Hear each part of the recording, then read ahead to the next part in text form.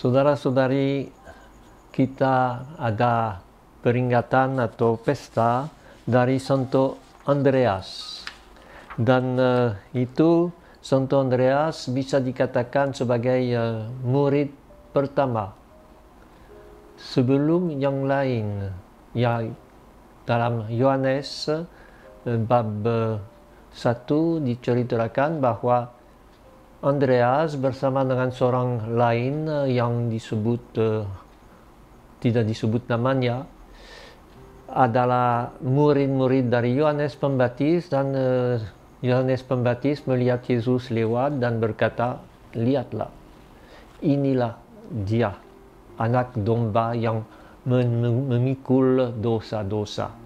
Dan Andreas pergi bersama dengan kawannya. Yesus tanya kepada mereka, "Mau kemana?" Ya, mau tahu di mana Tuhan tinggal. Dan Yesus berkata, "Datang dan lihatlah." Dan mereka tinggal bersama dengan Yesus satu hari. Sesudah itu Andreas yang membawa Petrus kepada Yesus. Petrus itu saudaranya tentu, tetapi Andreas yang membawa Petrus kepada Yesus. Dan kita dalam misa hari ini yang kita akan baca panggilan dari Petrus dan Andreas, juga dari Yakobus dan Yohanes, waktu Yesus lewat di pantai Danau Galilea. Berarti ini yang menolong kita untuk mengerti panggilan dari Yesus kepada mereka bukan sesuatu yang tiba-tiba, tetapi sudah disiapkan. Andreas sudah dibaptis oleh Yohanes Pembaptis dengan tahu bahwa Mesias akan datang. Andreas waktu Yohanes Pembaptis menunjukkan Yesus, dia ikut. Sesudah itu ya temu dengan Yesus, barangkali dia kembali menjalankan tugasnya atau kerjanya sebagai nelayan cari ikan.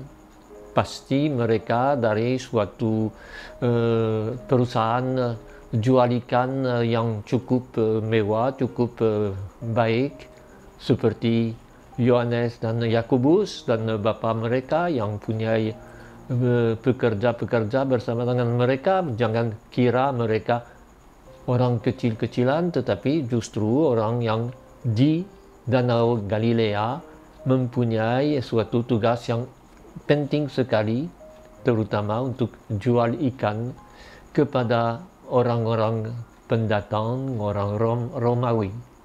Maka dia kembali kepada tugasnya, dan di situ akan jadi panggilan yang sebenarnya, di mana Yesus akan berkata, ikutlah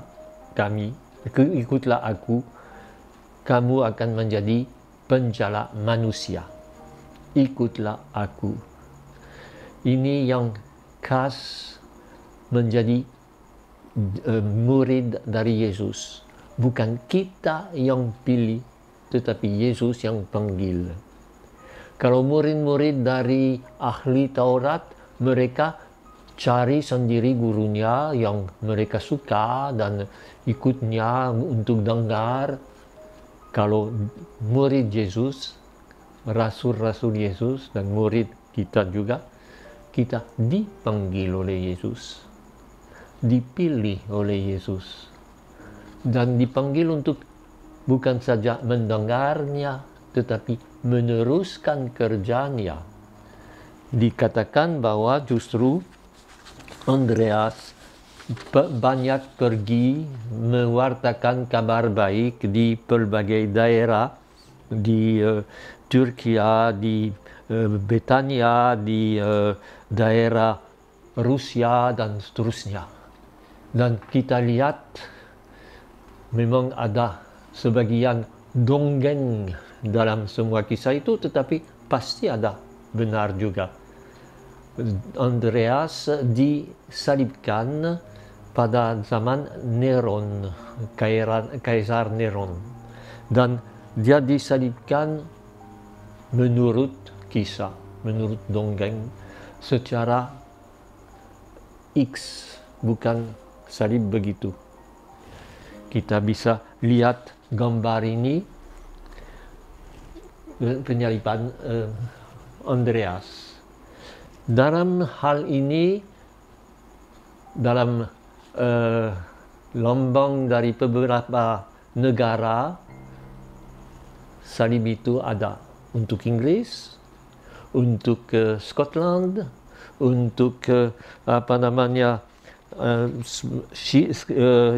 di Prancis, di bagian selatan untuk suku Basque, dan pun di Rusia.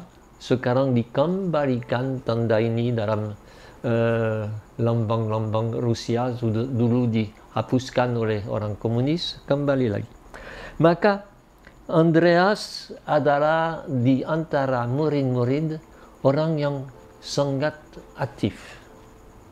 Waktu Yesus mau memberi makan kepada orang banyak, dia tanya, di mana cari roti untuk mereka? Dan Andreas yang berkata, ada satu anak yang bawa 5 roti dan ikan.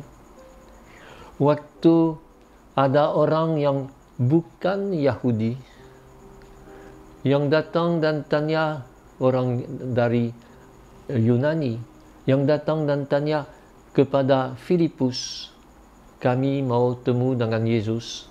Filipus mendekati Andreas, dan Andreas dan Filipus yang membawa orang itu kepada Yesus. Kita biasanya lebih mengutamakan Petrus dan Andreas hanya saudaranya. Tapi dalam Injil Yohanes, ya, Andreas punya tugas yang sangat menonjol, aktif, bukan hanya omong banyak, tetapi aktif. Dan dalam bacaan pertama pada pesta ini, justru Paulus menekankan bahwa untuk diselamatkan harus kenal dengan Yesus. Tapi bagaimana kenal dengan Yesus kalau tidak diwartakan?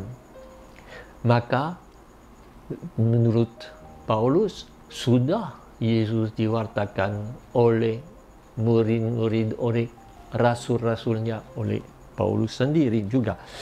Maka dengan demikian dia berkata, suara mereka sampai ke seluruh dunia dan perkataan mereka sampai ke ujung bumi. Ini yang kita bisa renungkan. Dan kalau kita lihat dalam gambar-gambar, seringkali kita bisa lihat panggilan Andreas. Misalnya ada dari yang klasik itu, di mana kita lihat Yesus yang di pantai dan Petrus dan Andreas dalam perahunya sedang cari ikan.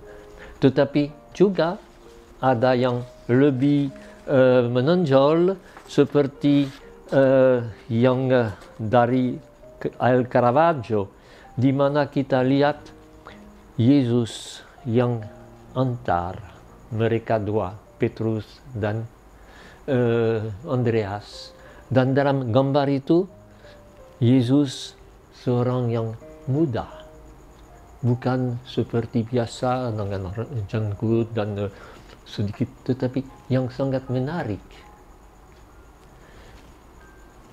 Kita juga punya gambar dari masa yang lebih sebelumnya, di mana Yesus belum digambarkan dengan janggut dan lain-lain seperti di sini.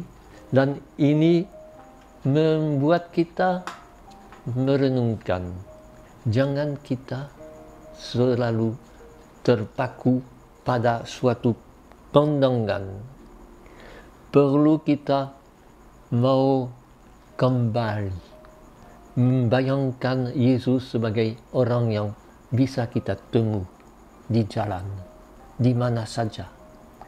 Yesus sebagai orang yang bukan sesuatu yang sudah dikenal, tapi justru yang baru, yang perlu kita tanya, di mana engkau tinggal?